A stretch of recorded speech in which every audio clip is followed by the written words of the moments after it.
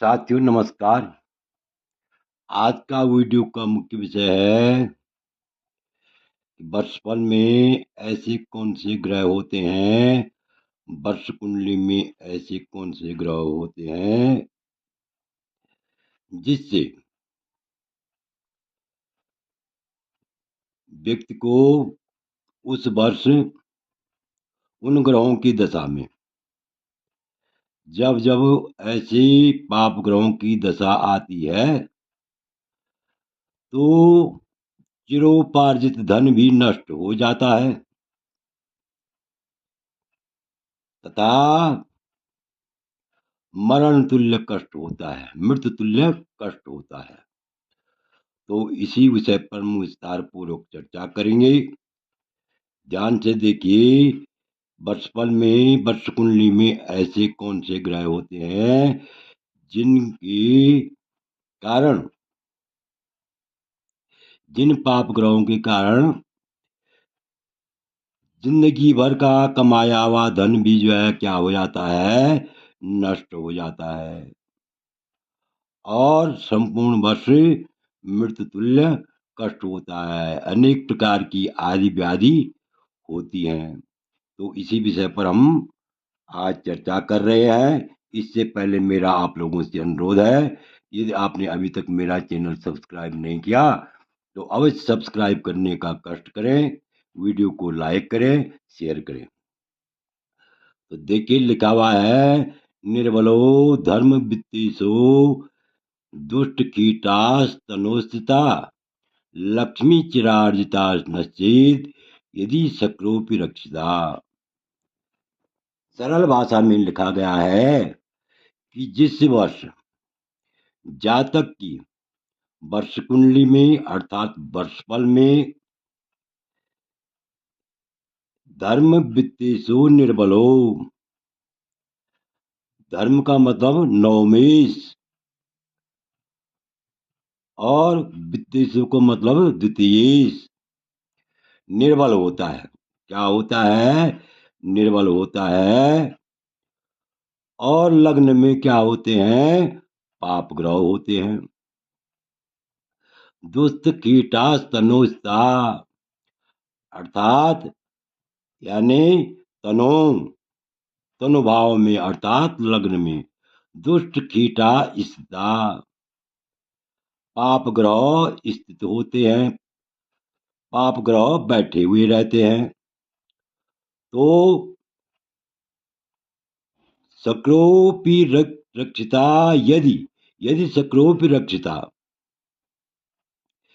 तो इंद्र से रक्षित होने पर भी, इंद्र से रक्षित होने पर भी क्या होता है? चिरोपार्जित संपत्ति नष्ट हो जाती है। उस वर्ष यदि इंद्र भी रक्षा करे तो तब भी चिरोपार्जित संपत्ति नष्ट हो जाती है। अर्थात जिंदगी भर में जो व्यक्ति ने कमाया है वह संपत्ति नष्ट हो जाती है, अर्थात हानि ही हानि होती है। अब यहाँ पर और भी स्पष्ट हो जाएगा।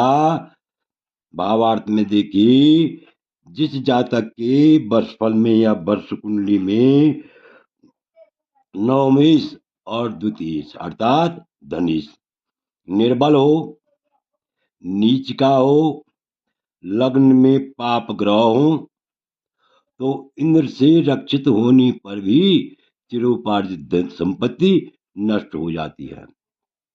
आशा है कि आप समझ ही गए होंगे। अब देखिए नीचे आगे लिखा हुआ है, नीचे चंद्रेश तगा सौम्या वियोग स्वजनेश है शरीर पीड़ा मृत्युर्वा सादि व्याधि भयम द्रुतम। यदि जिस व्यक्ति के वर्षफल में चंद्रमा नीच का हो, नीच में क्या हो? नीचे चंद्रे, चंद्रमा क्या हो? नीच का हो, और शुभ ग्रह अस्त हूं, अस्तगा सौम्या, सौम्या अस्तगा। शुभ ग्रह अस्त हूं तो उस वर्ष क्या होता है? स्वजन से वियोग, अपने परिजनों से वियोग होता है, शरीर पीड़ा होती है, मरण तुल्य कष्ट होता है, मृत्युर्वा, मरण तुल्य मृत्यु तुल्य कष्ट होता है, रोग तथा व्यथा का भय होता है, साधि व्याधि भयम द्रुतम, अर्थात आदि व्याधि का भय होता है, रोग तथा व्यथा का भय होता है। अब भावार्थ से और भी स्पष्ट हो जाएगा।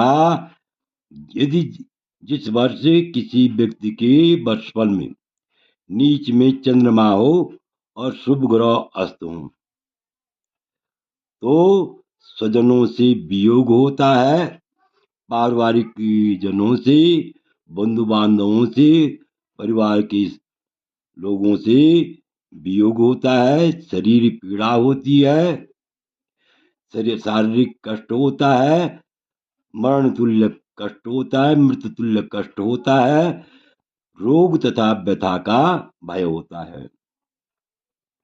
आगे देखिए लिखा हुआ है अब्द लग्नम जन्म लग्नम राशि भ्याम अष्टम या कष्ट महाव्याधि भयम मृत्यु पाप युति क्षणात्।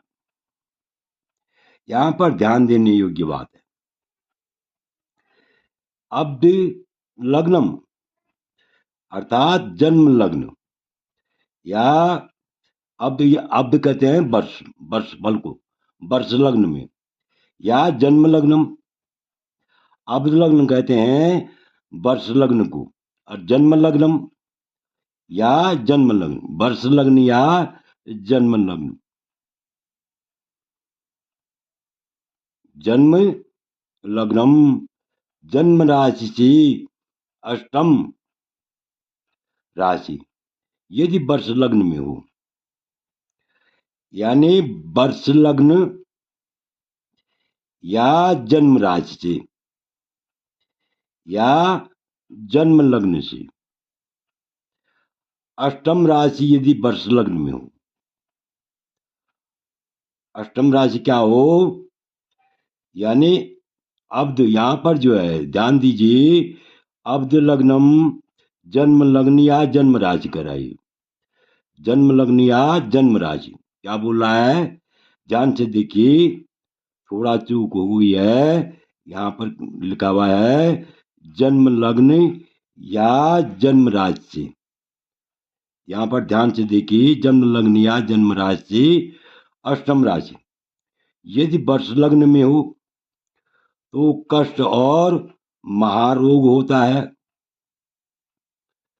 असाध्य रोग होता है, और यदि पाप ग्रह से दृष्ट हो तो मरण तुल्य कष्ट होता है। ऐसे में क्या होता है, मृत्यु तुल्य कष्ट होता है।